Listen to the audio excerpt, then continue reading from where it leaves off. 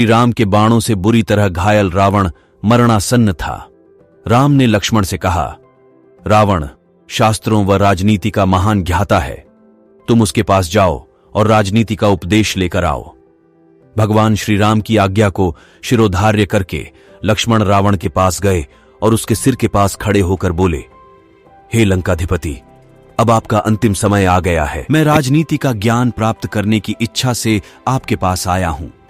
कृपा करके मुझे राजनीति का कुछ ज्ञान दीजिए।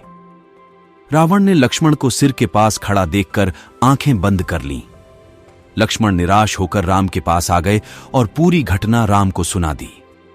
राम ने पूछा, लक्ष्मण, जब तुमने रावण से राजनीति का ज्ञान प्राप्त करने की प्रार्थना की, तुम कहां खड़े थे? राम ने कहा, तुमने यही गलती की है।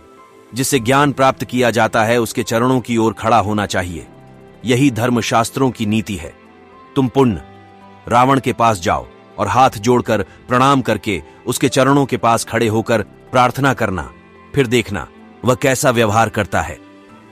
लक्ष्मण पुण्य रावण के पास गए और उसके चरणों के पास खड़े होकर उपदेश की प्रार्थना करने लगे।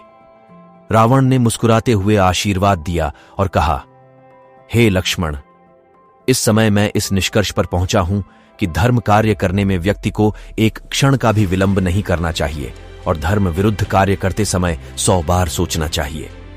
बस मेरा यही उपदेश है।